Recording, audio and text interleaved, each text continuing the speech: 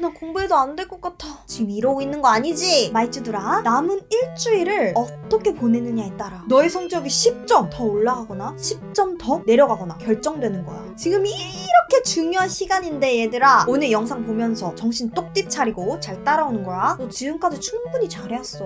왜 지금 포기하려고 하니? 우리 마지막 일주일 정말 많이 불태워보자. 조금만 더 힘내면 돼. 구슬주! 오늘 내가 시험 일주일 전 체크포인트 딱딱 찝어줄 예정이니까 공부했던 친구들은 점검하고 공부 안 한 친구들은 영상에 언급된 것만이라도 우리 같이 한번 끝내보자. 반짝반짝 빛나는 내신 노트 있는 친구들은 80페이지에 정리되어 있으니까 플래너 딱 들고 따라와.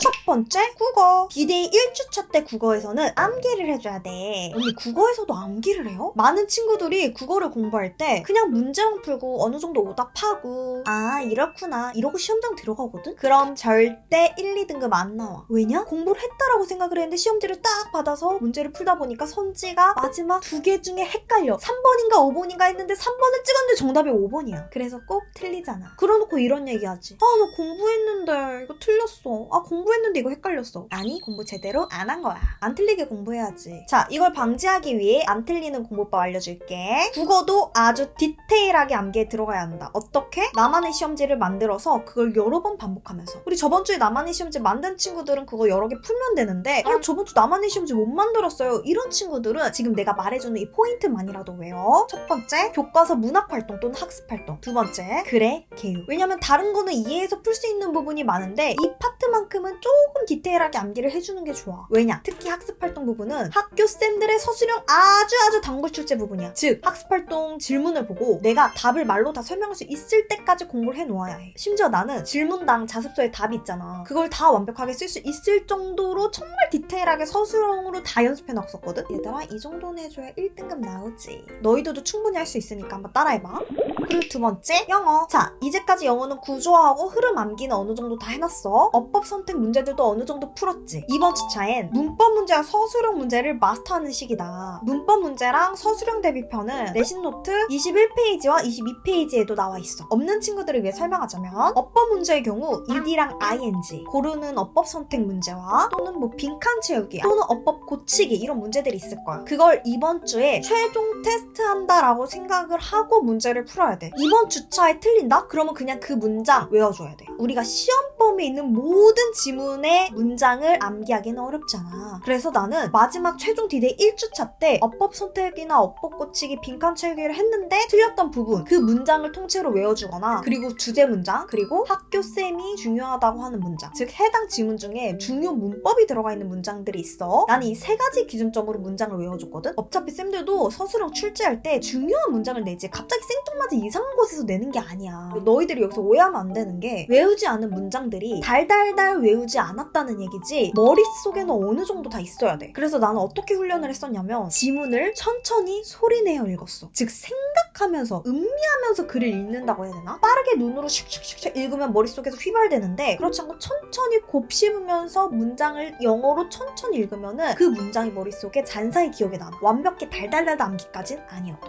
오케이? 세 번째, 수학. 시험 일주일 남았을 때 다른 외부 문제집은 절대 NO. 학교쌤이 수업하시는 그 교재와 프린트에 집중하기. 특히 중단원, 대단원. 여기 진짜 변형 문제 많이 나오거든? 3번 연달아 맞추는 3콤보 공부법. 이제 이걸 완성할 마지막 시간이다. 전체적으로 교과서 한번 쫙 다시 풀면서 하나라도 틀린 거 있으면 그 다음날 또 한번 풀고 또 틀리면 그 다음날 또 풀고 그래서 내가 그 한 문제당 3번 연달아 맞출 수 있을 정도까지. 근데 그 중에서도 계속 틀리는 문제가 있어. 그런 거는 그냥 아침, 오전에도 한번 풀어주고 점심에도 한번 풀어주고 저녁에도 한번 풀어주고 그렇게 계속 반복 훈련을 해서 문제를 띡 보자마자 아, 이거 이렇게 푸는 거야 라고 바로 툭 하면 팅 나올 수 있도록 공부를 해 놓아야 한다.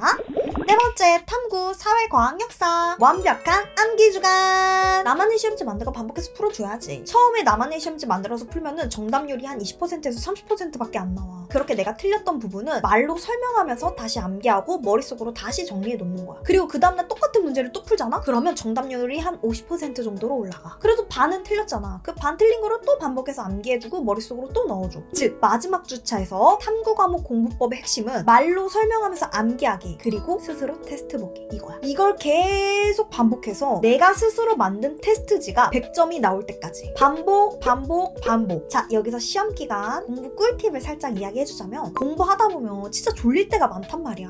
나는 그때 말로 설명해주는 공부를 딱딱 넣어줬어. 말로 설명할 때는 그냥 앉아서 달달달달 이렇게 말로 설명하는 게 아니라 일어나서 내가 마치 선생님이 된 것 마냥 그 해당 부분을 누군가를 이해시킨다라는 그 마인드로 열심히 열정적으로 막 설명을 하는 거야. 그렇게 하다 보면 잠도 깨는데 잡생각도 안 들고 또 내가 말로 설명하면서 머릿속에 다시 한번 정리가 돼. 무엇보다 시험지 풀 때 이거 내가 그때 이런 식으로 암기했었던 건데 이런 식으로 내가 설명했었는데 라고 이미지 잔상으로 남는다? 그럴 때 제일 신기해.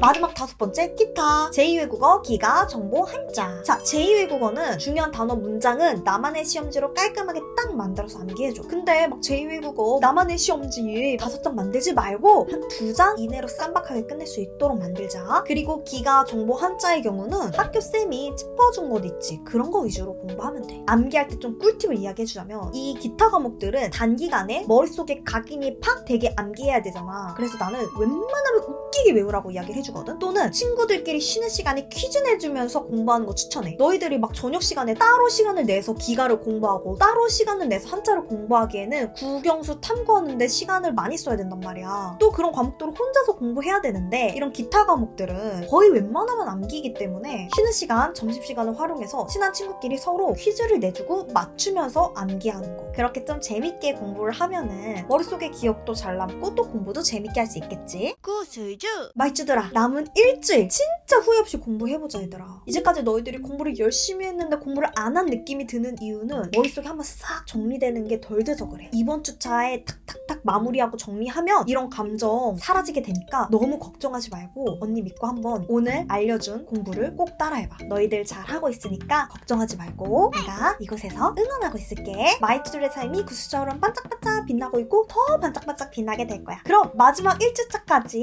화이팅!